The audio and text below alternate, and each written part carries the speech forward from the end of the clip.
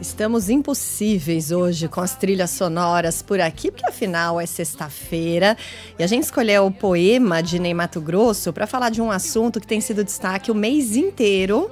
É o mês do orgulho LGBT, foi tema da parada em São Paulo e que traz números muito preocupantes, que é justamente o envelhecimento da população LGBT+.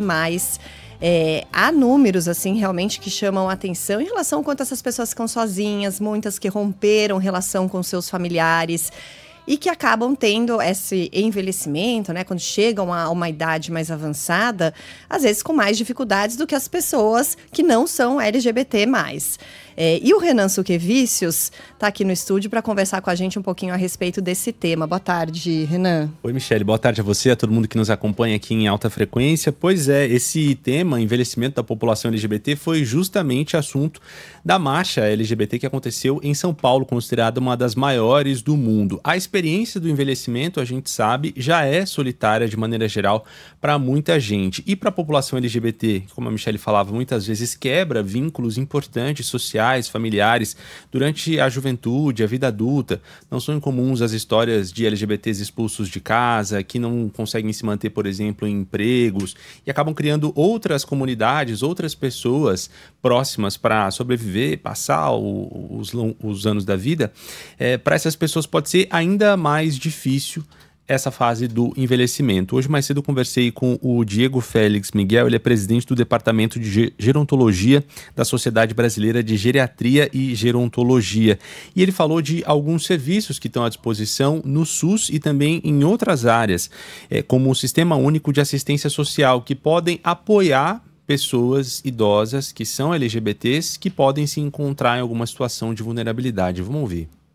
Principalmente no SUAS, nós temos uma série de serviços voltadas ao fortalecimento de vínculos e fortalecimento da rede de suporte social na velhice. Entre eles, temos, por exemplo, centros de convivência para pessoas idosas, né? Tanto em caráter público, como também tem alguns serviços privados. Além dos benefícios do centro de convivência, que proporciona novos aprendizados, reforça, né, essa questão dos vínculos afetivos e sociais, em contato com outras pessoas idosas, onde a gente começa a estender esses vínculos para além da instituição, pode proporcionar também a elaboração de novos projetos de vida, mas a gente sabe ainda que no Brasil ainda existem poucos serviços e o pior, muitas vezes as pessoas idosas não sabem que eles existem e que estão disponíveis na cidade onde elas moram. E o Diego chamou a atenção para uma coisa muito importante e que é uma conversa que pode afetar todas as pessoas, não só as pessoas LGBTs e não só as pessoas mais velhas, mas também as pessoas mais novas, que é justamente o envelhecimento. E essa discussão da marcha LGBT nesse ano aqui em São Paulo pode fazer a gente refletir um pouco mais sobre isso. Se tivermos sorte, todos nós vamos envelhecer. Como a gente vai envelhecer? Com que qualidade? Com que vínculos na nossa família, com os nossos amigos? O Diego traz uma informação, uma reflexão também sobre isso. Fala também sobre o nosso próprio processo de envelhecimento.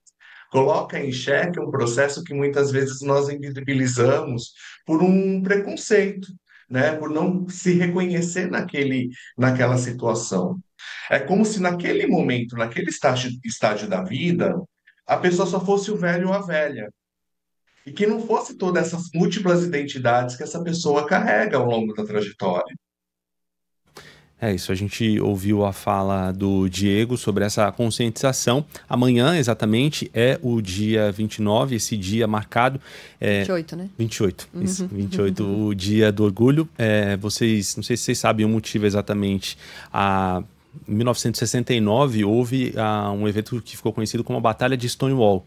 Tinha um bar em Nova York chamado Stonewall Inn, que era frequentemente acossado ali pela polícia de Nova York, ia sempre nesse bar, que era frequentado pela população LGBT, e aí um dia essas pessoas se revoltaram e iniciaram o que ficou conhecido como a Batalha de Stonewall. Por isso esse dia, 28, e esse mês todo de junho é marcado por esse mês do orgulho, de se orgulhar de quem as pessoas são, não ter vergonha de ser quem são, e muitas marchas acontecem ao redor do mundo. Aqui em São Paulo aconteceram, em algumas cidades do interior também ainda vão acontecer nesses próximos dias.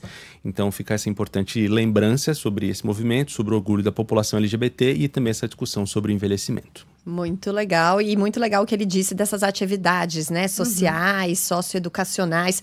Tem uma instituição perto da minha casa que eu estava falando que a partir do momento que eles começaram a trazer pessoas idosas para fazer atividade junto com adolescentes mesmo, né, essa troca de gerações mesmo, foi muito enriquecedor para as duas partes. E aí eles se deram conta o quanto de idoso começou a procurar eles com essa oportunidade e ter esse contato. Então, assim, acho que é algo que, se você conhece alguém, né, que às vezes fica muito sozinho, você indicar, assim, tem muitas ONGs, as próprias prefeituras às vezes têm trabalhos muito legais também, para que eles busquem esses centros de convivência, em que eles podem aprender algo novo.